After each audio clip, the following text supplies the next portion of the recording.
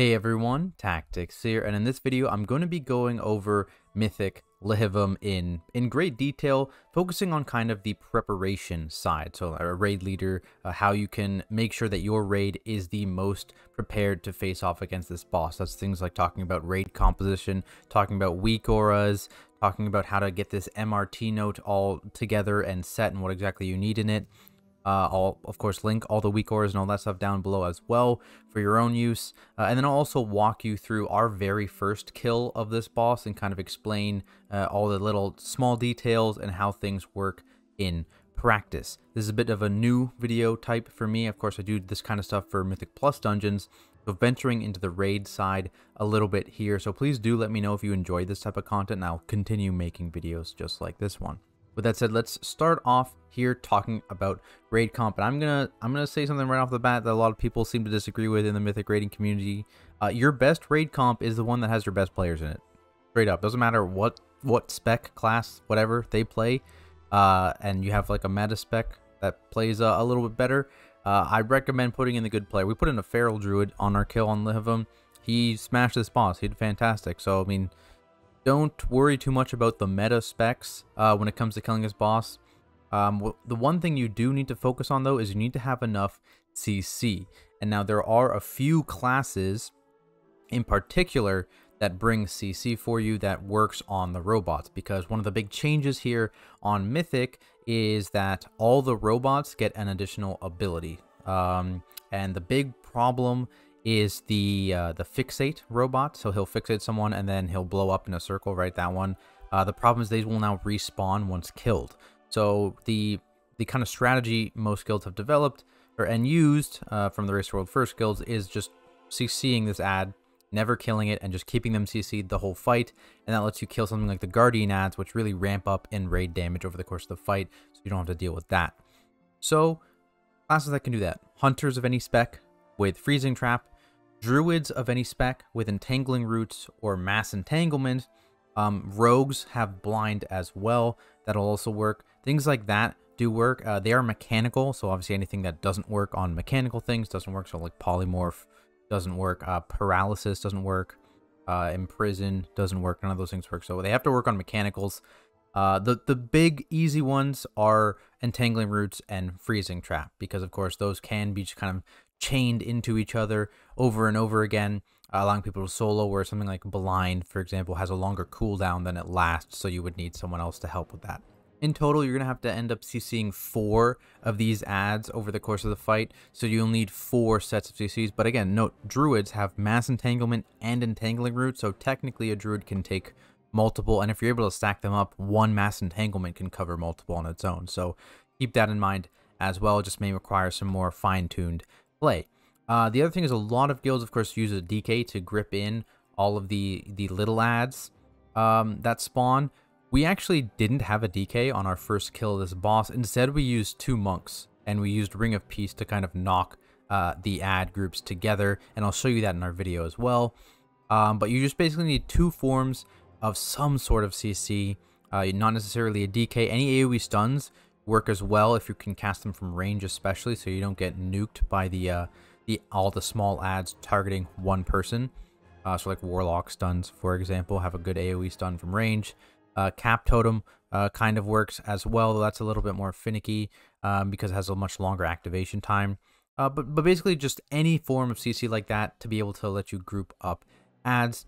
And you will also want a Warlock, of course, because lock gating at one specific point of the fight is very, very good.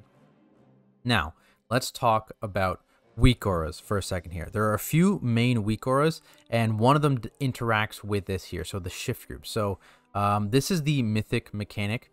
So on normal and heroic, when the shift goes out, it's just that knockback ability. On Mythic, it'll either knock you back or pull you in, and then it'll start activating this circle mechanic. And basically, there's 2 debuffs on players. Again, the push mechanic, the push debuff or the pull debuff.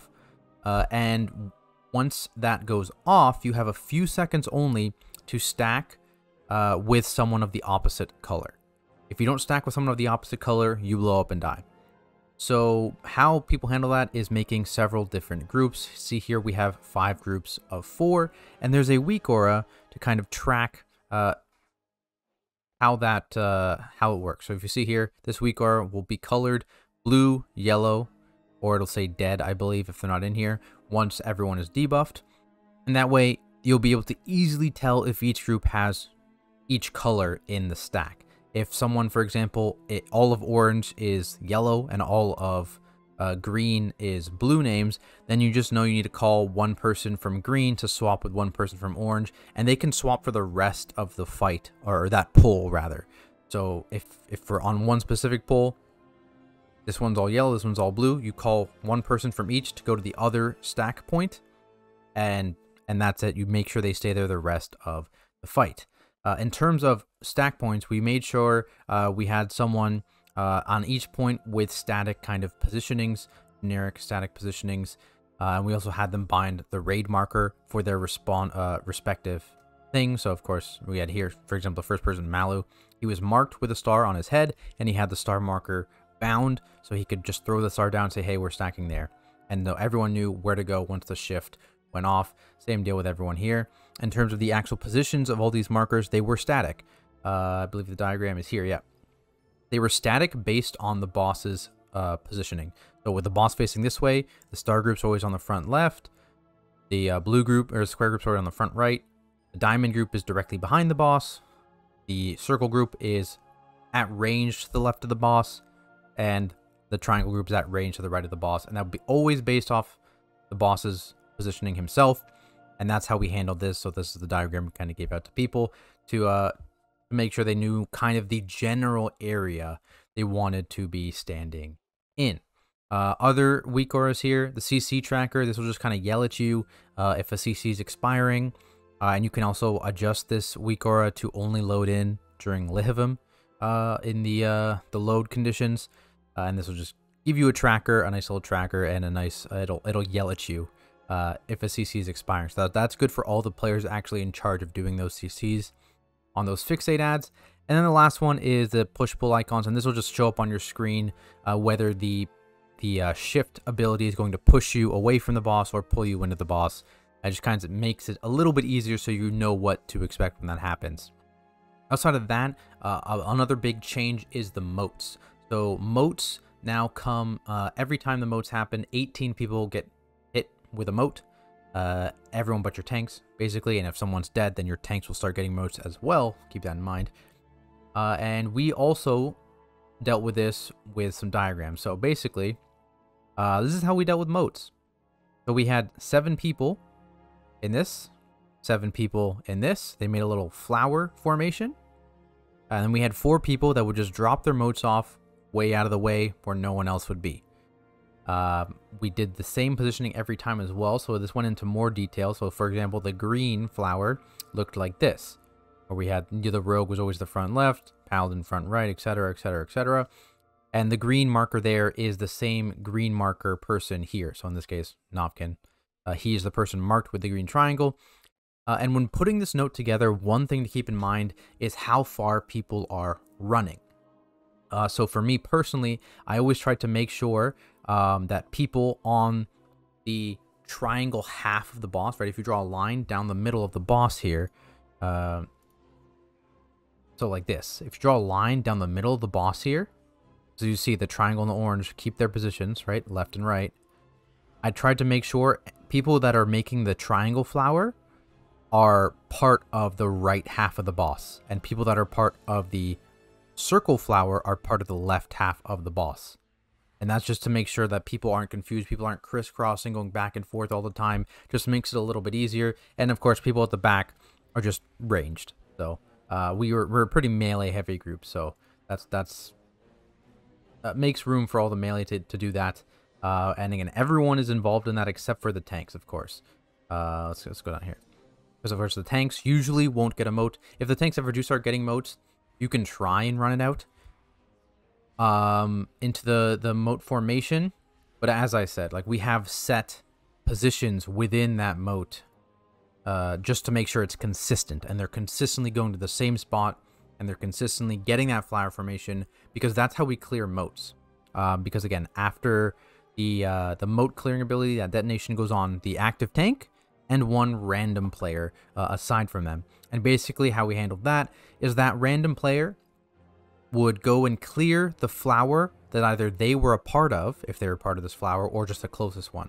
So for example, if it was like one of these two ranged DPS or anyone here, they would clear the circle flower, and then the tank would clear the green flower. If it was any of these people or these people, they would clear the green flower, and the tank would clear the orange flower. So that's how we did that. Basically, the tank is holding for a second, looking where they're going, and then weaving their way into the flower to clear all these moats. Because if it's done correctly, you can stand like right beside the middle moat here, and you can clear the entire flower. And that's the goal. It really leaves you with a lot of room. It's a very good strategy. It takes a little getting used to at the beginning, and so it's going to be a lot more wipes or a lot more mistakes up front. But in the long run, I think this is definitely a very, very good way to handle it. Once people start getting used to how the moat dropping works, making sure they're not detonating and making sure they're getting into formation properly.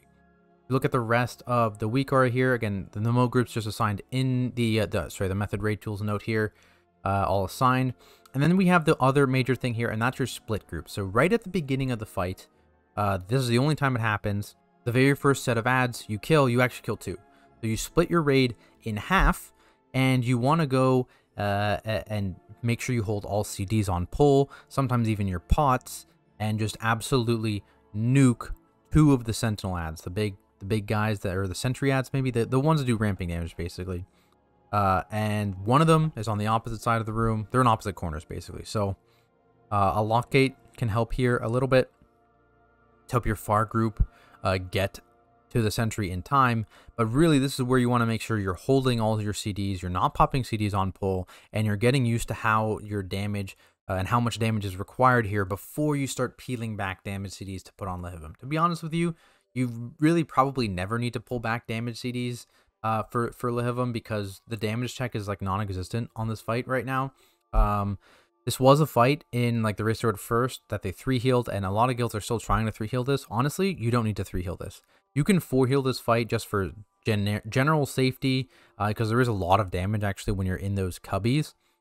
And just tell your healers and your tanks as well, for that matter, because there's like no tank damage on this fight. Just build for full damage and just put out extra damage, and you just have the 4 healers there for safety, and the boss dies at around the same time. Like, we had similar boss kill timings and like percent timings to guilds that were 3-healing this. When we 4-healed this, we always 4-healed this fight.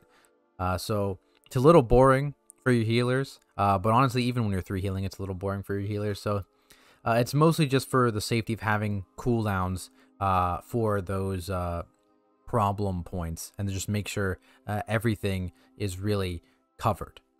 Okay, but let's enough talking. Let's actually go look at the pull and the fight itself. So on pull here, if you look, and these positions are static, of course. These are this one we want to kill, and the one in the opposite corner. And so that's why we have these split groups, right? We split them down the middle, and that's something you will need to adjust, of course. So it's single target burst damage with all their CDs up. So you need to kind of try and split your group in half accordingly. We send 1 tank to each, 2 healers to each, and then we split the DPS in half and put them to each. It's going to take some moving around. Like, we had points early on where like one group was absolutely destroying their ad and the other group was like 10% off, right? So you have to rearrange your DPS as you kind of see fit, as works for your group. We pull them to around here every time, and then we call to watch for moats. The moat group's, again, static. Orange there, green there, and they're going to go out. These moats are going to come out, and they're going to go to their flowers and make their flowers. And again, same spots, right? So the spots are static. And you're going to see the bombs. I see them go over there. I'm going to move over here. And this is kind of where you're saying it's bigger. The circle is bigger, so it clears that. And then immediately the synthesize is happening. So you can see everyone's already gone. So basically, for this first one in particular, like, it's a very, very fast. It happens very, very fast. You barely have any time to even pop CDs, so that's why you don't. So basically, as soon as the moats are done, you kind of pause for a second, especially if you're going far. Bombs are chosen. At this point, if you're not the chosen bomb, you go to your respective cubby. So if it's this close cubby, you go to this close cubby. If it's the far cubby, you run to the far cubby. And that's what you do for this first one. You don't care at all about boss damage, because boss damage is completely irrelevant, especially at the beginning of this fight when you're saving all of your CDs. to be used on the actual cubby guy itself. Again, see here, clearing bombs. We did have a detonation there, but again, it's on the edge, so it's not the end of the world. It can be a big problem if that ends up happening like the middle of the room. And yeah, so we're split now in two, and we kill both of these sentries with all CDs. Again, keep in mind, the burst class are going to be better at this, right? We have a Feral Druid absolutely blasting this thing. We have a Convoke Boomkin blasting. Hunter blasts this as well with Wild Spirits, that kind of thing. We do, of course, also have that CC mob. You'd see in the corner here, I have the Freezing Trap tracking over there. But it is CC'd, so that's where the first one always spawns from. Come over here, the Defense Matrix will leave that big shield when it dies, so you have to kill it away from the boss. Some people drag it on top of LIHUVIM for the extra cleave damage, but again, as I've been repeating this entire time, your damage is irrelevant. It's just an extra risk for no reason, because, like, yeah, you might be able to get 1% extra boss damage, but, like, the enrage timer is so free on this boss. So, we're moving now over to this side, because this is where the next sentry is, and from this point on, we never split again. The raid is all together on these intermission ads, and so that basically means that you never need to commit major CDs. You only have a couple single target people popping CDs to ensure that they die, like the Feral Druid is always convoking them, that kind of thing. Everyone else is kind of waiting until we actually group all the ads up after the fact and using CDs then. So same deal here, right? We have these moats. The person on the right gets theirs, they go. I come here, clear this. Be careful because you can detonate that if you step on it. And then we're going to come to the first shift here. And so this is where people are told to kind of see, we have a couple markers down here, right? You've got the green marker down, you've got the purple marker down. Look at this WeakAura, right? We have the yellow names here, all yellow. That's my stack. So at this point, I've already called for someone from green stack to swap with someone with blue stack. Because as you see here, if we just did the shift like this, the green stack and the blue stack would all instantly die because they're not mixed colors. And so we've done the swap here, and you see we're not going to instantly die because we will have someone of the opposite color coming in. There they are. And we're all alive. That is the thing. And of course, here's the debuff telling me I'm getting pulled in, not pushed in. And we have the tank combo. Okay, so the tank combo is a joke. Basically, if you pump one major defensive, you're good to eat the entire tank combo. The biggest hit is the second hit. And so that's pretty much what we do. Makes it easier. Just one tank eats the whole combo. And that's literally the only damage in the entire fight for the tanks. Nothing else is really happening on this boss fight for tanks.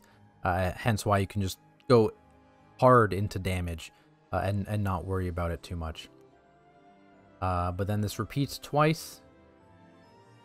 Jab stepping there. Getting baited. Clearing the moats. Yeah, not the end of the world. If you have to pick one moat to miss because the formation's a little off, always pick the one that's more on the outside, out of the way to miss. So it's always 2 shifts per phase, 2 sets of moats per phase, 2 tank combos per phase, and then it goes into the actual synthesized ads. And that excludes the very beginning phase because that's only like a half phase.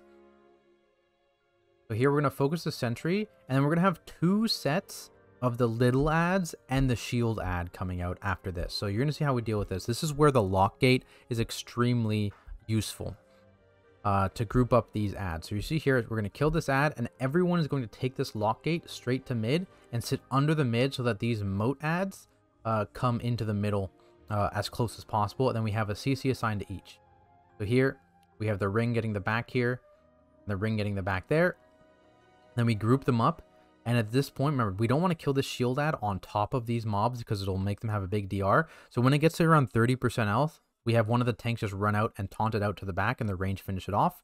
The one thing that's different for these ads is that they will put a moat on a random player when they die. And that's why you see people getting moats all the time here. When one of these Atomas die, they put a moat on someone. So whenever this happens, it's either going to be, you're either going to be at the top or the bottom of the room here. See, we're at the top, if the bottom is the entrance, that is. And so we just have people run out with moats here. And this is also where we commit lust. There are 2 spots on this boss where people commit lust. And I see a lot of people kind of hard focusing because I've seen like a guide video where they do one of the specific lusts and they're like, oh, we have to lust here.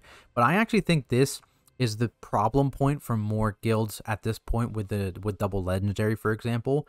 So I think this is the best lust in the fight. You nuke these Atomas really, really quickly. You get those moats out and you have more than enough time to kind of reposition to get back into the fight and do those moats, because you get a moat pretty quickly once the boss becomes active. So I think this is the best lust. There's a lust later on in the fight that a lot of the higher ranked guilds were doing, just because this was more of a damage check. And so that's when there were 2 sentry adds that they do on top of the boss right at the end of the fight.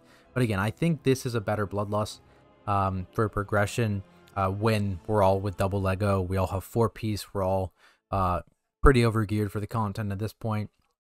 But if you're struggling with that later part and this part is super easy for you, feel free to swap this lust around, right? It's not a big deal.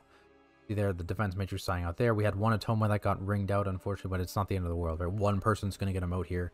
And we're getting the formation ready. We're not moving yet. We're doing the mythic mechanic here before moving, so people don't get caught out of position or anything like that. I think we had the call here because there was a moat that popped right there to just get these out. And so if it's not the end of the world, right? If stuff like that happens, just adjust. We're waiting for the shift to come here. The shift's about to come out, and then we're going to move to the next cubby that we're going to while the tank mechanic is happening. At this point, we still only have 1 mob to CC, right? It's just been that 1 mob that we've kept CC'd over there. The next set of synthesize will bring 2 additional mobs we need to CC. And this is the next cubby again, the one with the sentry again. Or no, this is defense matrix.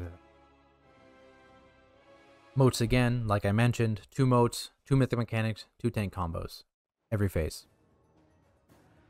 And it's really important that you don't detonate these moats when they're positioned in the middle of the room-ish, just because you're going to run out of space real fast if you keep detonating moats in the middle of the room.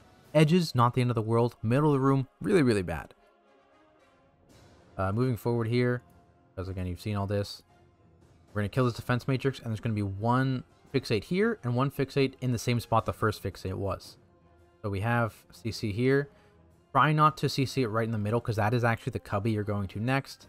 And meanwhile, we just have these Atoma that have spawned on the far side, and we're dealing with the same way, just kind of dragging down to the boss. And then people are bringing these to the top or bottom, whichever is closer to them, and dropping those moats off over there. And we're positioning the boss to face this corner over here, this top left corner, after this. And that's how we're going to set up the moat groups. And again, I don't know if we move super quick here. No, we don't. Yeah, so we're saving the move until after the mythic mechanic, I believe. Just to make sure everyone is situated, everyone does the mechanics they need to do. They're not too worried about moving on top of doing all this stuff, which can get people out of position if they're not quick enough. And so we deal with this first, get the bombs detonated. We do the mythic mechanic, and then we'll move over to that cubby. Fast forward here. Moats, clearing, mythic mechanic. And then we deal with this cubby. And all the while dealing with these CCs, right? We now have 3 as CC, and we're going to get a 4th after this one. And here we had one accidentally break, so we just kind of spam roots on it. I believe one of I don't know if it's me or if it's I think it is me. Kind of spamming roots on it until the dots clear. Just to make sure that it doesn't get in here and mess with anything. So we're killing this Atoma. We have a CC assigned to get this guy. At this point, it seems fine. There's the blind.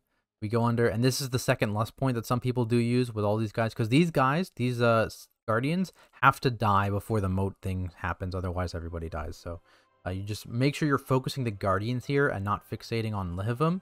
And at this point, because we've ran out of the little space, we're not going to do moat patterns anymore. We're just telling people to get the hell out with moats. Just get out, get to an empty spot.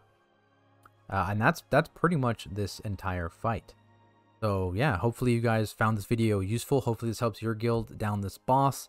As always, you can find me on my Twitch channel at Tactics if you have any questions, or drop one down below. I stream all Mythic rating, high keys, all that kind of stuff. I'd be more than happy to answer any questions you have. And if you enjoyed this video, please like, subscribe, let me know that you liked it. You enjoyed it, found it useful, and I will continue doing videos like this, because as I said at the beginning, this is a new type of video I'm kind of taking on here from the perspective of like a raid leader, as opposed to the Mythic Plus dungeon guide style videos I usually put out. So please do let me know, and otherwise though, good luck guys, and I'll see you in the next video.